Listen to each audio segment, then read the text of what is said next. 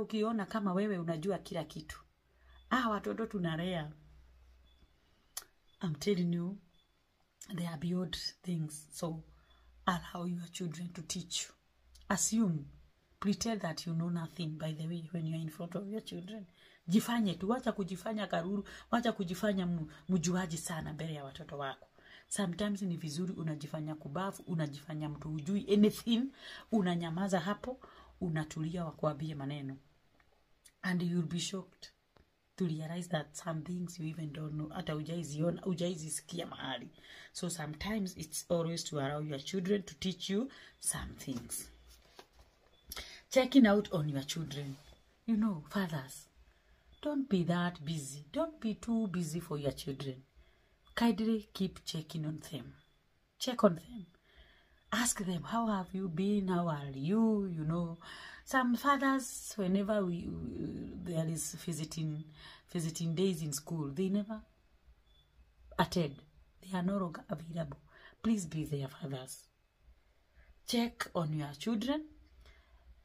Ask them how they are, how they are doing, and what they may want in future and such.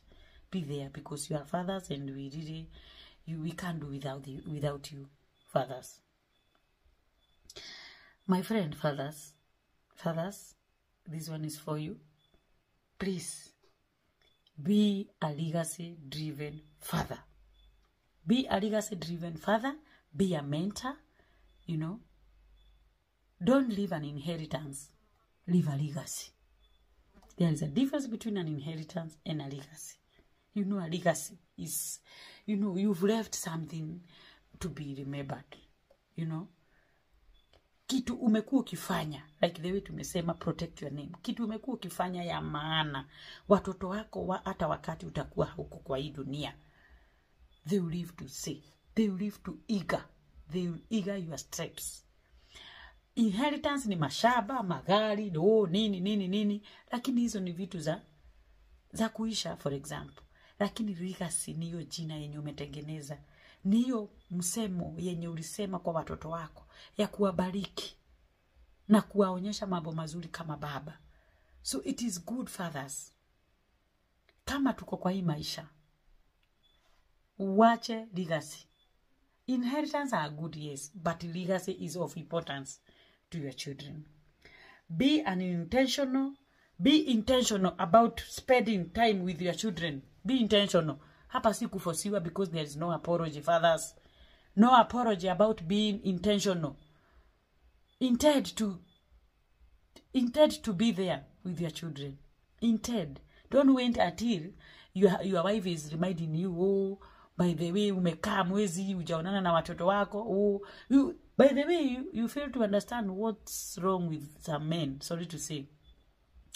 Because unapata mwanaume na ako kwa nyumba every day.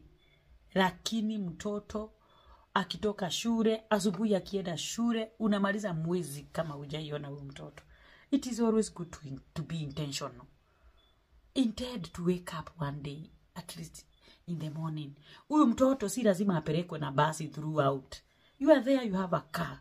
Amka, huyo mtoto mchukue at least once in a week. Sacrifice yourself for them.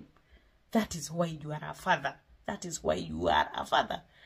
Be intentional about spending time with them. For example, unatoka saa 4 ukienda kazi. Ndio utakuja jioni. Lakini hiyo between the asubuhi mpaka saa 4, be intentional to spend that time kuchukua huyo mtoto, mpeleke shule. I'm telling you, kuna ka impact. There is an impact you are bringing to your children. So fathers, we really value you. We really treasure you. We love you. Tunawapenda sana. Na, by the way, we really